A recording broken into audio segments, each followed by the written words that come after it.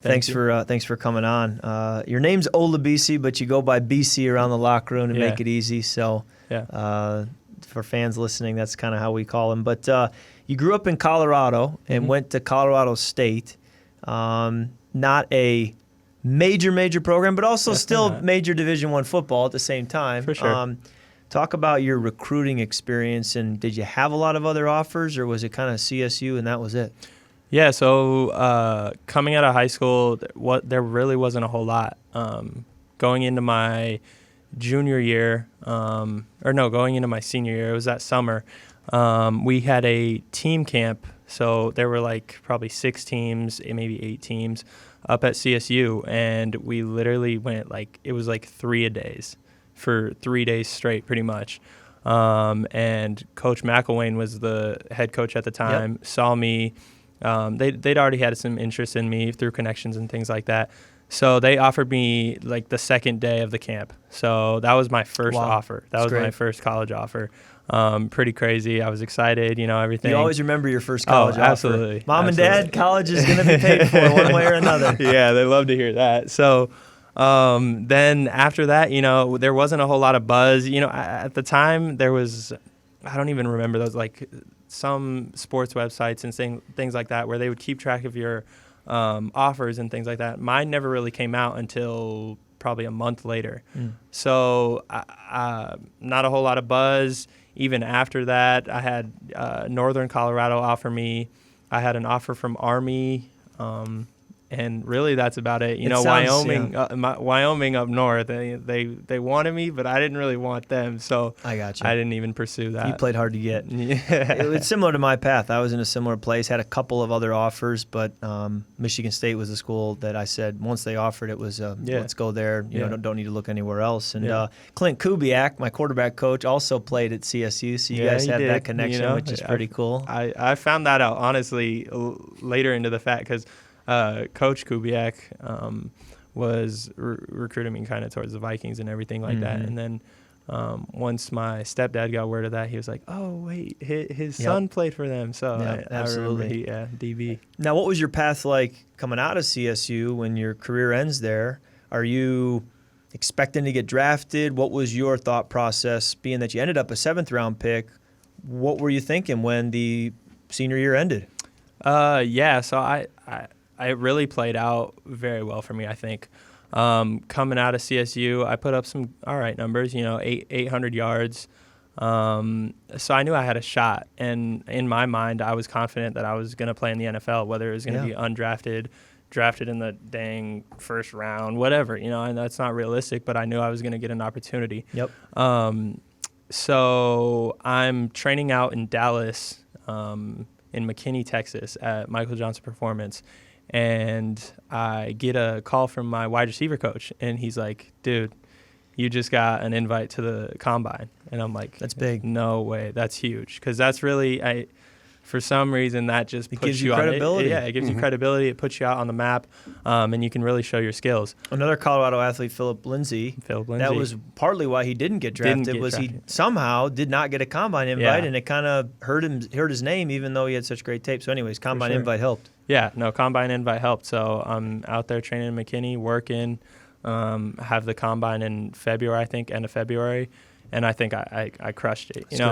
Coming off the field. It's an important job interview. Yeah. Was that it? Or was there a pro day at all at Colorado State, or was the combine kind of your ticket? So there was the pro day, but going back to the combine, if I didn't have the best routes, I had the top 5 best routes in that combine. And I told the Arizona Cardinals wide receiver coach, I was like, if I didn't have the best routes, it was close enough.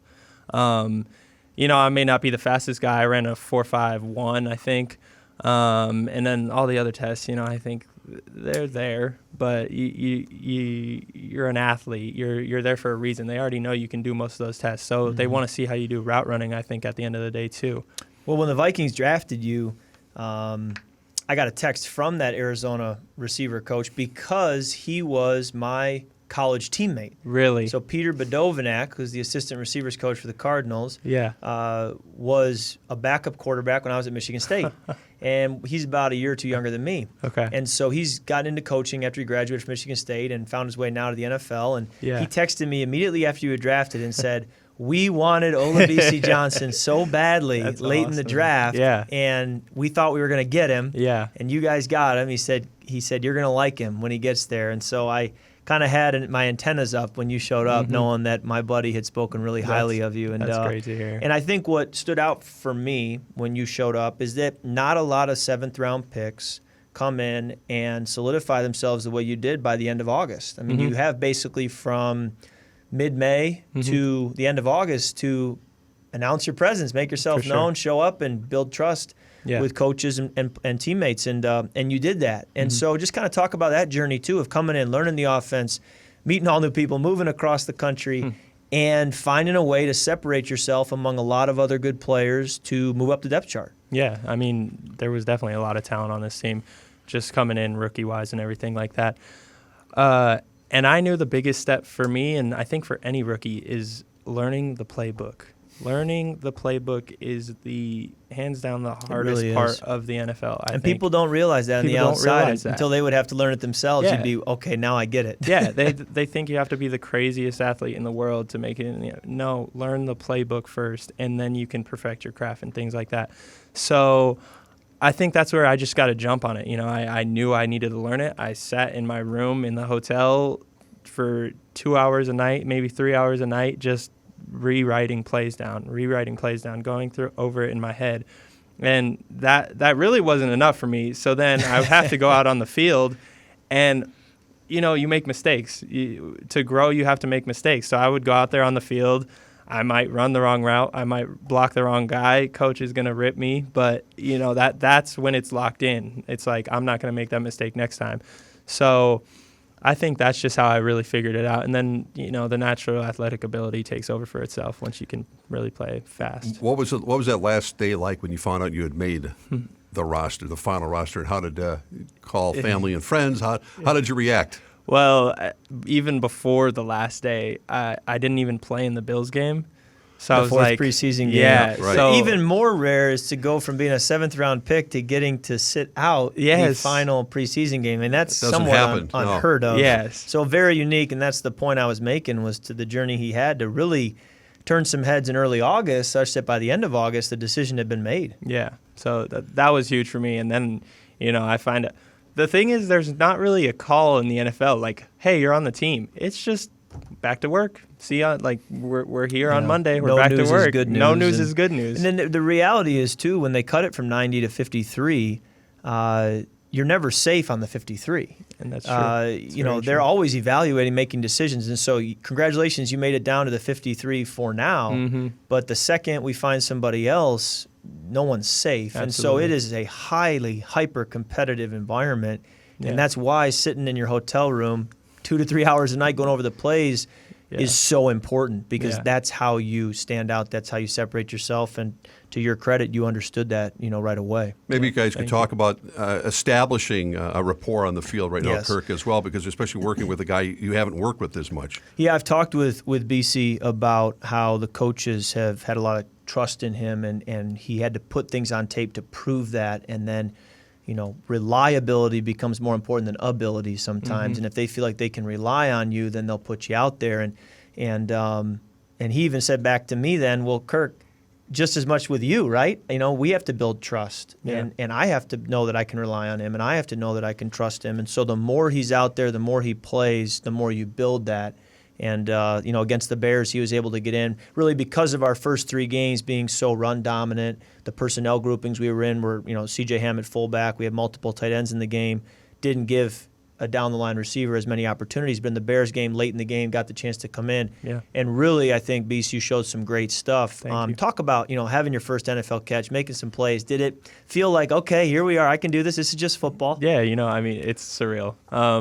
But you don't have a lot of time to take it all in because it's back to the next play. Exactly. The next play I'm making another catch for a first down. So it was really exciting. But it's also just football. You just got to keep going to the next play, things like that. And I think That's just what I try to focus on. I don't try to make the moment too big or bigger than it is. It's just football. Exactly. Well, you did a great job in that game. I thought you really impressed, and as a result, your role will continue to grow. And I always tell people the NFL career is a marathon, not a sprint. And many times the outside noise will make it feel like a sprint. You have one bad game and the world's ending. You have one good game and you've got it all figured out. But it really is a marathon journey. And so not so much just this season, but for seasons up ahead, I think you're building something special, and you've got some great days ahead. Thank you. As far as being off the field, how are you adjusting to life in Minnesota, being kind of a Red Rocks, Colorado guy, knowing they have a little snow out there, but you've heard the horror stories already about coming here to Minneapolis and dealing with traveling on the roads. But what's it life like in Minneapolis for you right now? Right now the weather up to this point has been pretty incredible. I think over the summer and everything like that, wasn't too humid, wasn't too hot. It was great. I got my place in Uptown. I was telling you guys before, I really like Uptown. There's a lot of good energy down there, and things like that. Just people, restaurants, things like that, and you can walk around Lake. What do they call it? Casca. I don't even know what they call it now. So it's even harder to pronounce than honestly, I sometimes call it Calhoun too. Okay. So there's a lot of stuff to do down there, and I'm adjusting pretty well. Midwest it's very similar to Colorado. I don't even know. Sometimes people don't consider Colorado Midwest, whatever. But I think a lot of people are really nice, a lot of great restaurants to eat, a lot of things to see. So, I don't know. The adjustment hasn't been too bad. That's great. Yeah. Now, we talked earlier about your name, Ola Bisi. I understand it's Nigerian. Yeah. Your dad's Nigerian. My grandfather actually named me Ola Bisi, and it means to bring prosperity to the family. And I'm trying to do that, every day, and just working.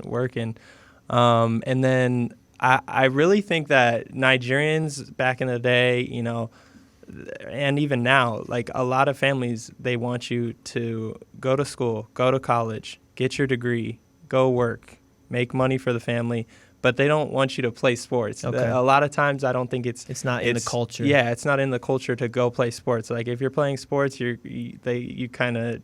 done. Like we don't really mess with you anymore. So now I think people are realizing that there's a lot of success, and maybe Nigerians are built for this, maybe they're built for the athleticism of the game of football or just any sport in general, because there's a lot of opportunity there for anybody. So I think that's really where Nigerians are maybe changing the culture now. Sure. Well, Ifeadi Odenigbo and Ole Udoh are two other young players who I think have bright futures as well in this league, and there's other Nigerians around the league. So stay tuned. It'll be pretty interesting to see if the game grows over there. Yeah. Well, Bisi, thanks so much for coming on the show. Really appreciate you. I really appreciate you guys. And we're excited to build that trust like we talked about, and just continue to grow in this, and have you be a receiver here for a long time is going to make a lot of big plays. Thank you.